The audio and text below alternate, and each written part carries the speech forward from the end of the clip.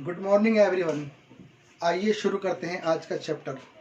आज का चैप्टर है भारतीय वाद्य और उनका वर्गीकरण। भारतवर्ष में वाद्य यंत्रों का उपयोग बहुत ही प्राचीन काल से चला आ रहा है। गाने के साथ साथ वाद्य यंत्रों में भी बहुत ही परिवर्तन हुआ है। बड़े बड़े विद्वानों ने इनको 4 वर्गीकरणों में, मुख्य 4 श्रेणी में इनको रखा है, जिसमें पहले नंबर पर आता है तत्, दूसरे पे आता है सुशीर, तीसरे पे आता है धन और चौथे पे आता है अवनद। पहले हम बात करेंगे तत् की। तत् यानी तांत या तार। इस श्रेणी में जिन वाद्य यंत्रों पर तार लगा होता है वो आते हैं, जैसे कि सितार, गिटार, वायलिन, सारंगी आदि।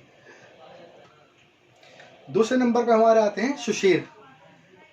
सुशीर वाद्य यंत्र यानी कि जिनके ऊपर हम हवा से स्वर निकालते हैं, जैसे कि हारमोनियम, बांसुरी, माउथ ऑर्गन, क्लारनेट आदि। तीसरे नंबर पर हमारे आते हैं धन। इस वाद्य यंत्र के अंदर लकड़ी या किसी अन्य धातु से आघात करने पर जो स्वर उत्पन्न होता है वो आता है, जैसे कि झांझ, मंजीरा, जलतरंग आदि। 4th नंबर पे हमारे आता है अवनद। इस तरह के वाद्य यंत्रों के मुंह पर चमड़ा या प्लास्टिक की पुड़ी चढ़ी होती है, जिसे हाथ या लकड़ी के आघात से बजाया जाता है, जैसे कि तबला, ढोल, ढोलक, नाल, नगाड़ा आदि। आइए अब हम बात करते हैं तबला और उसके अंगों के बारे में। तो जानते हैं तबला और उसके अंग कौन कौन से होते हैं। ये हमारी तबले की जोड़ी है, जिसके अंदर हमारे 2 पीस होते हैं। पहला दायां या तबला, दूसरा ये बायां या डग्गा। पहले हम जानेंगे दाएं या तबले के बारे में। इसके बारे में इसके अंग कौन कौन से हैं। ये हिस्सा हमारा ब्लैक, इसको बोलते हैं हम शाही। शाही। इसके बाद में ये हमारा दूसरा हिस्सा जो है इसको बोलते हैं हम लव, और ये बोलते हैं इसको चाटी। शाही, लव, चाटी। ये हिस्सा हमारा राउंड वाला जो है इसको बोलते हैं हम गजरा। ये हिस्सा हमारा कहलाता है बद्दी। उसके बाद में ये लकड़ी के जो हैं इनको बोलते हैं गट्टे, और ये पूरा अंदर लकड़ी का पीस होता है, इसको भी लकड़ी बोलते हैं। और नीचे ये है गुडरी, जिसके ऊपर इसको रखते हैं उसको बोलते हैं हम रिंग। उसके बाद में हमारा आता है बाया। इस हिस्से को बोलते हैं शाही, इसको मैदान, इसको गोट, ये राउंड वाला गजरा, और ये बद्दी, और ये गुडरी, और इसके नीचे ऐसी ही ये रिंग। ठीक है, ये हुए हमारे तबला और उसके अंग। आइए अब जानते हैं कुछ तालों के बारे में। पहले बात करेंगे हम दादरा ताल के बारे में, जो कि 6 मात्रा की होती है। मात्रा कहते हैं संगीत में एक आवर्तन को पूरा करने में जो समय लगता है उसे मात्रा कहते हैं। ये 6 मात्रा की होती है। इसके बोल हैं धा, धी, ना, ना, ती, ना। ये 2 विभागों में बटी होती है।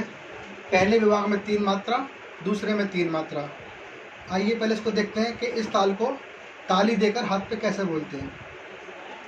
धा, धी, ना, ना, ती, ना।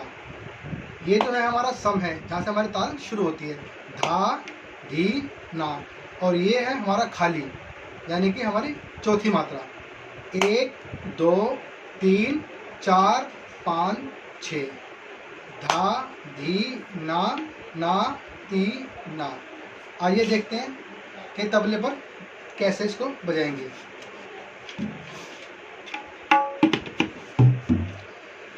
धा, धी, ना, ना, ती, ना। धा, धी, ना, ना, ती, ना। आइए थोड़ा सा इसको स्पीड में बढ़ा कर देखते हैं कैसे बजती है इसकी दुगुन में। धा, धी, ना, ना, ती,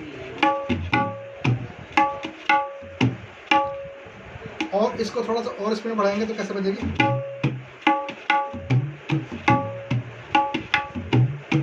ये ताल हमारी दादरा है, जो कि हमारे सुबह जब हम प्रेयर करते हैं, इतनी शक्ति हमें देना दाता, या हमको मन की शक्ति देना, इस तरह के गानों पर बजी है। अगर आप ध्यान से सुनोगे तो आप और भी गानों में या भजनों में या फिल्मी गानों में इसको ढूंढ सकते हो। आइए थोड़ा सा इसको प्ले करके दिखाते हैं और किस तरीके से बज सकती है।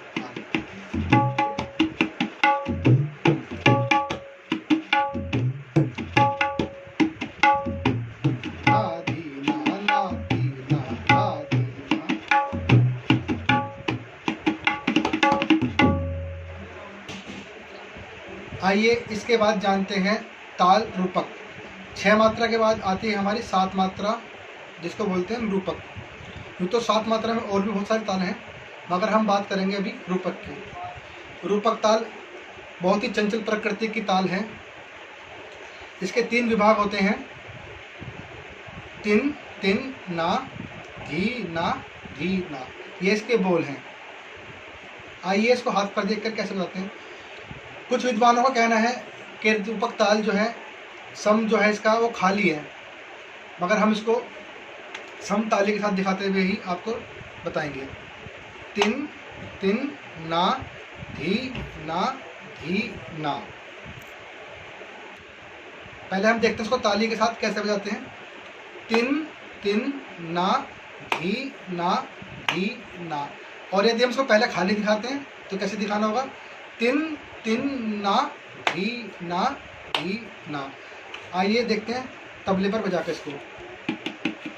तिन तिन ना, धी ना, धी ना।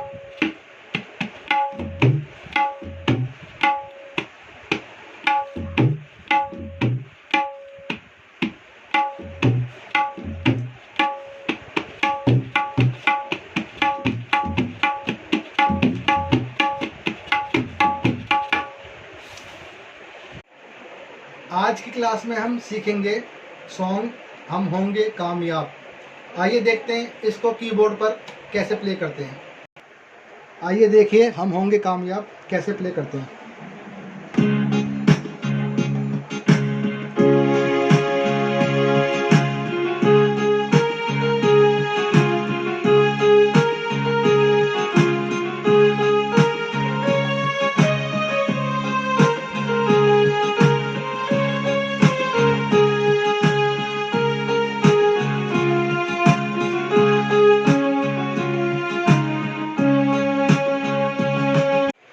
ये था हमारा सॉन्ग हम होंगे कामयाब का स्थाई। जैसे हमने स्थाई बजाया है उसी तरीके से हमारा अंतरा भी बजेगा। आइए एक बार और प्ले करते हैं हम होंगे कामयाब एक दिन विद रिदम।